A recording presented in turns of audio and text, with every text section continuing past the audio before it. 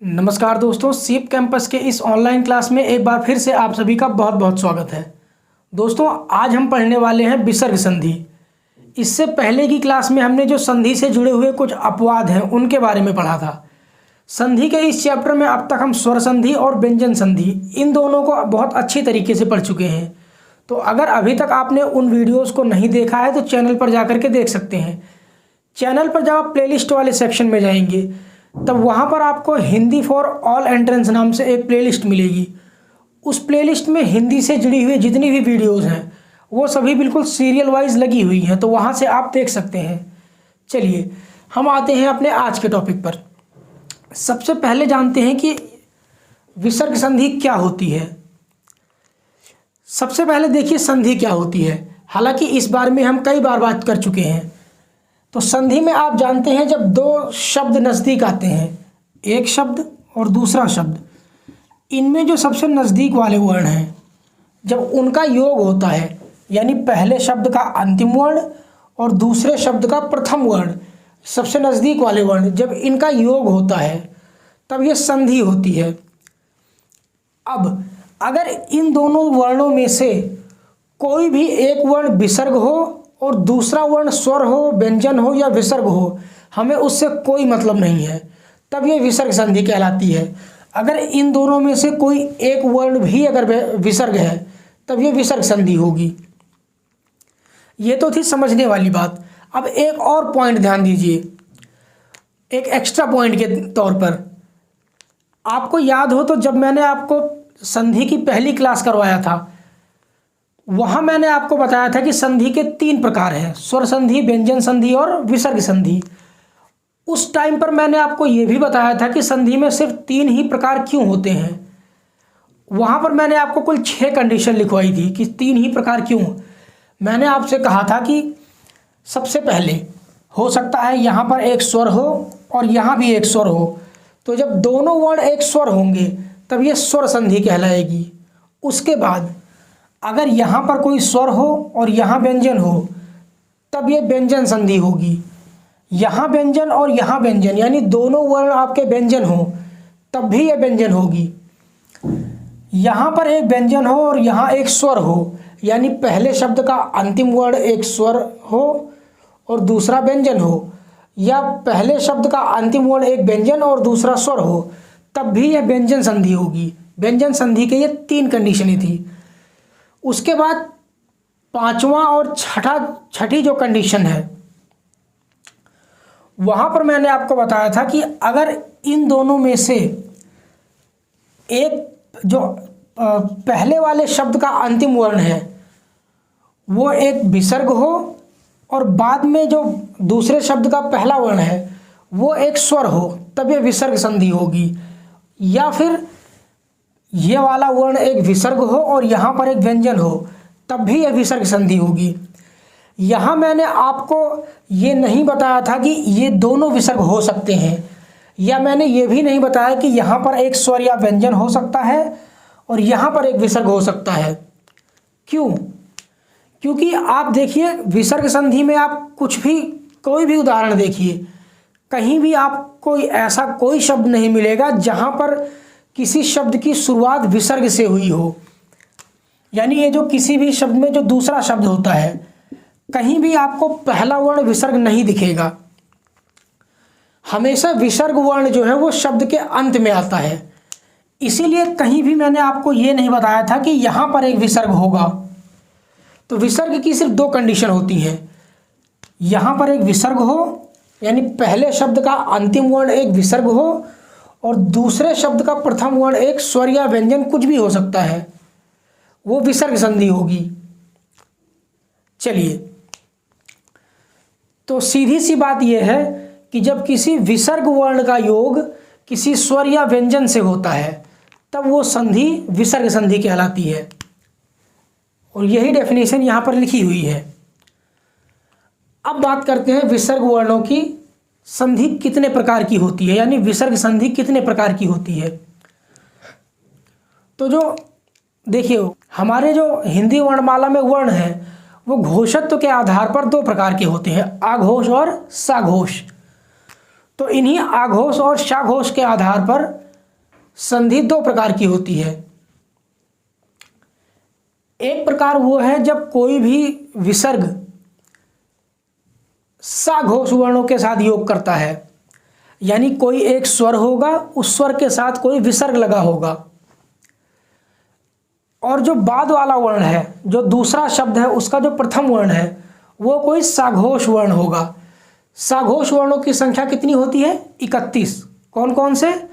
सभी 11 स्वर साघोष हैं, उसके साथ जो हमारा वर्गीय वर्ण है उसमें तीसरा, चौथा और पांचवा वर्ण होता है, ये आपके साघोष होते हैं। उसके साथ या, रा, ला और हा, ये भी आपके साघोष होते हैं। तो अगर कभी भी विसर्ग के साथ साघोष वर्णों का योग हो, एक प्रकार ये हो जाएगा, और दूसरा प्रकार हो जाएगा कि जब 11 में से किसी भी स्वर के साथ एक विसर्ग लगा हो और विसर्ग का योग हो रहा हो किसी आघोष वर्ण के साथ। आघोष वर्ण कौन से हैं? वर्गीय वर्णों के पहला और दूसरा वर्ण, और तीनों प्रकार के शा, यानी तालव्य शा, दंत्य सा और मूर्धन्य सा। ये 13 वर्ण आपके जो हैं आघोष होते हैं। तो ये दो प्रकार होते हैं विसर्ग संधि के, जब विसर्ग साघोष के साथ योग करे और जब विसर्ग आघोष के साथ योग करे। अब यहाँ एक और पॉइंट ध्यान दीजिए, हालांकि पहले भी मैं ये बात बता चुका हूँ जब हमने वर्णमाला पढ़ी थी, वो ये है कि अनुस्वार और विसर्ग, यानी ये और ये दोनों ही मात्राएं या ये दोनों ही वर्ण कभी भी किसी व्यंजन वर्ण के साथ नहीं लिखे जाते, इनका प्रयोग सिर्फ स्वरों के साथ होता है। तो जहाँ भी आप विसर्ग संधि देखेंगे, यानी जहाँ किसी शब्द के अंत में विसर्ग लगा हो, उससे ठीक पहले कोई ना कोई स्वर होगा, व्यंजन नहीं होगा। अब देखिए हमारा जो अगला पॉइंट है वो ये है कि जो विसर्ग संधि है, इसमें वर्णों के विकार के आधार पर विसर्ग संधि को 3 भागों में बांटा गया है।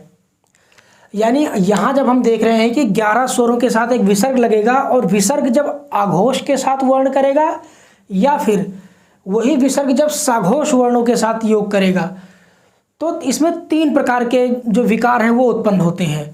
उन्हीं 3 प्रकार के विकारों के आधार पर विसर्ग संधि को 3 भागों में बांटा गया है। सबसे पहले है सत्व विसर्ग। सत्व विसर्ग क्या है कि जब संधि के बाद तालव्य सा, मूर्धन्य सा या फिर दंत्य सा, ये या आपका अथवा है या वर्ण नहीं है, तो तालव्य सा, मूर्धन्य सा अथवा दंत्य सा, इनका आगम या फिर आदेश हो जाता है, तब ये सत्व विसर्ग संधि कहलाती है। यानी जो संधि के बाद विकार उत्पन्न होगा नए शब्द में, उसमें या तो तीनों सा में से कोई सा नया जुड़ जाएगा यानी एक्स्ट्रा जुड़ जाएगा, या फिर उन्हीं किसी वर्णों में से कोई वर्ण बदल करके दंत के साथ तालव्य सा या फिर मूर्धन्य सा में बदल जाएगा। इसीलिए इसको कहा गया है सत्व विसर्ग संधि, क्योंकि इसमें सा का आगम या फिर आदेश हो रहा है। अब इसी में एक और बात नोट कर लीजिए, सत्व विसर्ग संधि आघोष वर्णों की विशेषता है। यानी जब भी कोई विसर्ग आघोष वर्ण के साथ योग करेगा तो शा, शा या फिर सा का आदेश या फिर आगम हो जाएगा। उसके बाद है उत्व विसर्ग संधि। उत्व विसर्ग संधि क्या है कि जब संधि के बाद उ वर्ण का आदेश या फिर आगम हो जाता है, तब ये आपकी उत्व विसर्ग संधि कहलाती है। यानी जब विसर्ग किसी वर्ण के साथ योग करेगा तो या तो एक एक्स्ट्रा छोटा उ जुड़ जाएगा या फिर कोई वर्ण बदल करके उ हो जाएगा। तीसरा है रत्व विसर्ग संधि। रत्व विसर्ग संधि क्या है कि जब भी 2 शब्दों का योग होगा यानी 2 वर्णों का योग होगा और संधि होगी, तो जो विकार उत्पन्न होगा उसमें या तो रा वर्ण का आदेश या फिर इसका आगम हो जाएगा, तब ये आपकी रत्व विसर्ग संधि कहलाएगी। ये जो आपकी उत्व और रत्व विसर्ग संधि है, ये साघोष वर्णों की विशेषता है। यानी जब भी कोई विसर्ग साघोष वर्ण के साथ योग करेगा तब या तो उत्त विसर्ग संधि बनेगी या फिर रत्व विसर्ग संधि बनेगी, यानी या तो उ का आदेश या आगम होगा या फिर रा का आदेश या फिर आगम होगा। चलिए अब हम सबसे पहले आपका पहला प्रकार पढ़ते हैं, यानी आपका सत्व विसर्ग संधि। सत्व विसर्ग संधि जो है इसमें कुल पांच प्रकार होते हैं, यानी सत्व विसर्ग संधि के कुछ अलग अलग वर्ण जब जुड़ते हैं विसर्ग के साथ तो इसमें 5 प्रकार के विकार उत्पन्न होते हैं।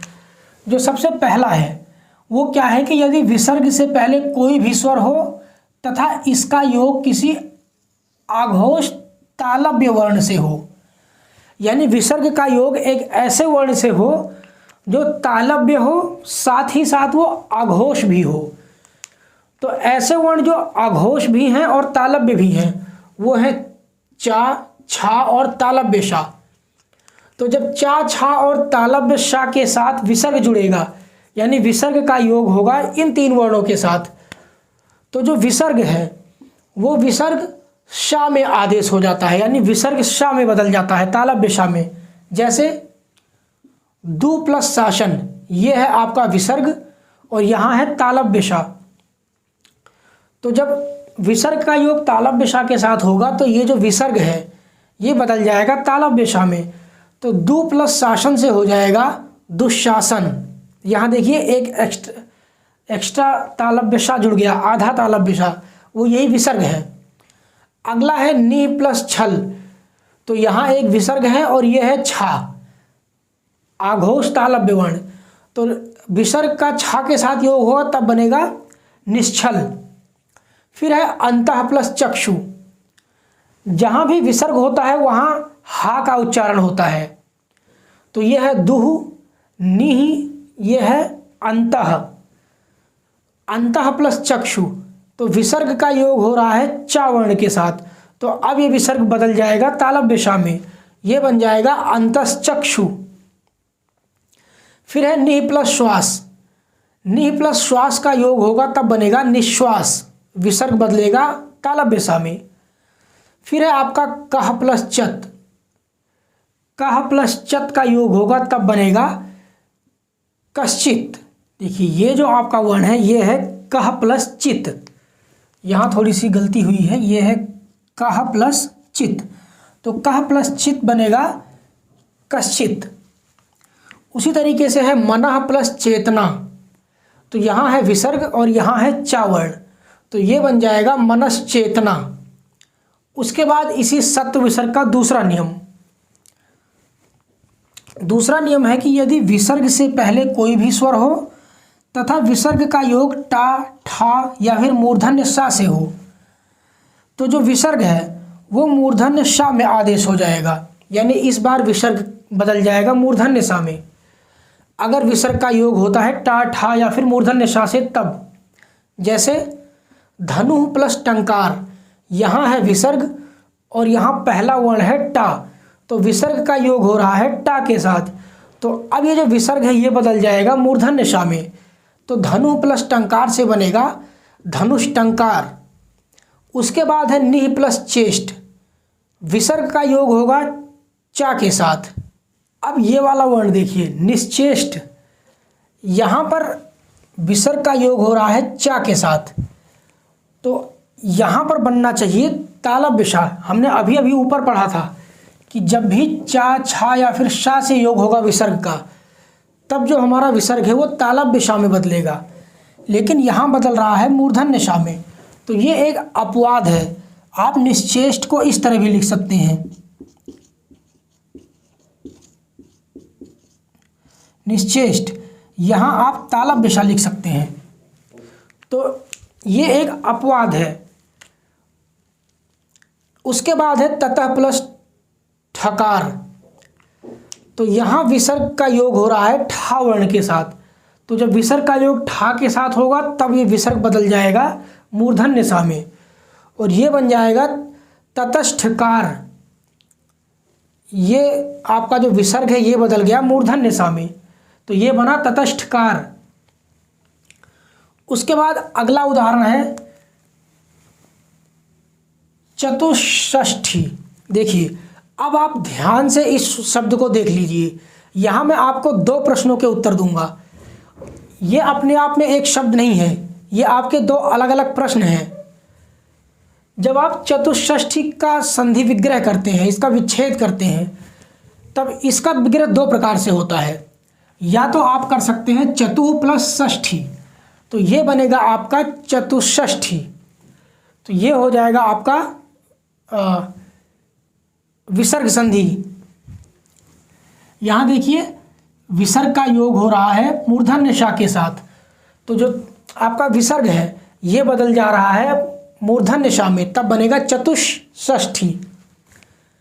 अब इसका दूसरा जो आपका दूसरा विग्रह है वो होगा चतुः प्लस षष् प्लस थी। जो हमारा ये षष्ठी था, इस षष्ठी को भी हमने 2 अलग अलग भागों में बांट दिया, यानी इसका भी विच्छेद कर दिया, तब बना चतुः प्लस षष् प्लस थी। तो चतुष्षष्ठी का विग्रह ये भी होगा। अब यहाँ से जो आपके दोनों प्रश्न हैं उनको सुन लीजिए। पहला प्रश्न आपसे ये पूछा जा सकता है कि जो चतुष्षष्ठी है इसका विच्छेद क्या होगा, चतु प्लस षष्ठी या चतु प्लस षष् प्लस थी। तो आपका जवाब होगा दोनों। अगर आपके पास ऑप्शन में ये मौजूद है तो ये कर दीजिए, ये मौजूद है तो ये। अगर ऑप्शन में दोनों हैं, जब ऑप्शन में दोनों होंगे तो आप तुरंत तीसरा ऑप्शन भी देखेंगे। कहीं ना कहीं आपके पास ये ऑप्शन ज़रूर होगा कि ए और बी दोनों, तो आप उस ऑप्शन को चुनेंगे। उसके बाद जो आपका दूसरा सवाल है, दूसरा सवाल ये बनता है कि इनमें मान लीजिए चतु प्लस षष्ठी है और चतु प्लस षष् प्लस थी है, इनमें कौन सी संधि है, स्वर, व्यंजन या फिर विसर्ग।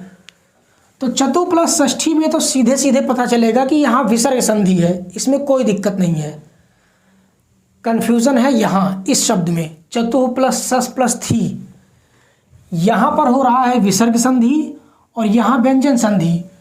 अब कन्फ्यूज़न ये है कि ये विसर्ग संधि का उदाहरण है या फिर व्यंजन संधि का। तो ना सिर्फ इसमें बल्कि आप किसी भी शब्द में देख लीजिए, अगर कहीं भी 2 से अधिक विग्रह हो रहा है, 2, 3, 4 कितने भी, तो वहाँ जो पहला विग्रह होगा यानी जो पहली बार शब्द टूटेगा, वहाँ पर जो भी संधि होगी वही उस पूरे शब्द की संधि होगी।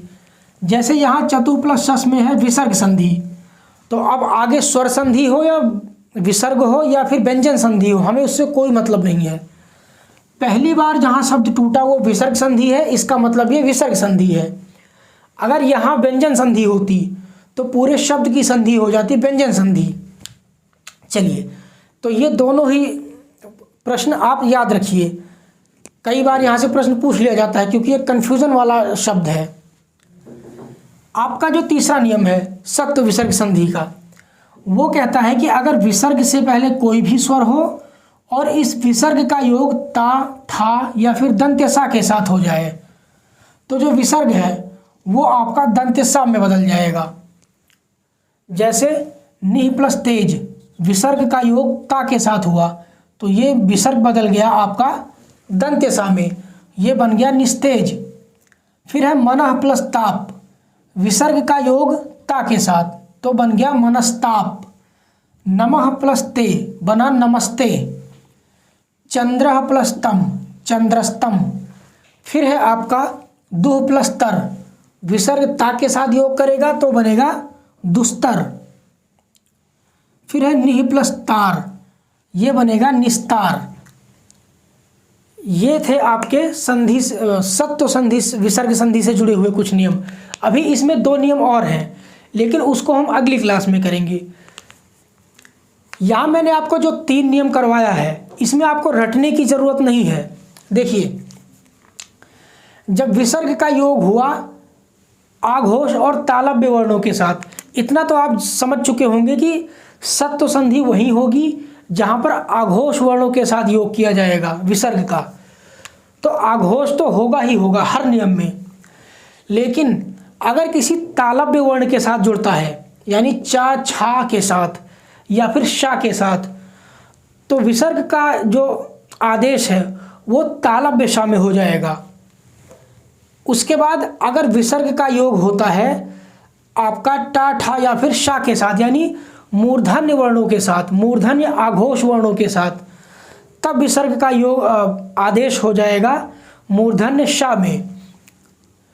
उसके बाद तीसरा जो नियम है, अगर विसर्ग का योग किसी दंत्य आघोष वर्ण के साथ होता है, यानी ता था या फिर सा के साथ, तब विसर्ग का आदेश हो जाएगा दंत्य सा में। तो आप इसको ट्रिक कह लीजिए या फिर आप इसको बेस कह लीजिए, किस आधार पर यह काम करता है तो आप इसको समझ लीजिए। अगर दंत के साथ मिला तो दंत में बदलेगा दंत्य सा में, तालव्य वर्णों के साथ योग करेगा तो तालव्य सा में, और मूर्धन्य वर्णों के साथ योग करेगा तो मूर्धन्य सा में बदलेगा। तो अब इस क्लास को यही समाप्त करते हैं। बाकी का जो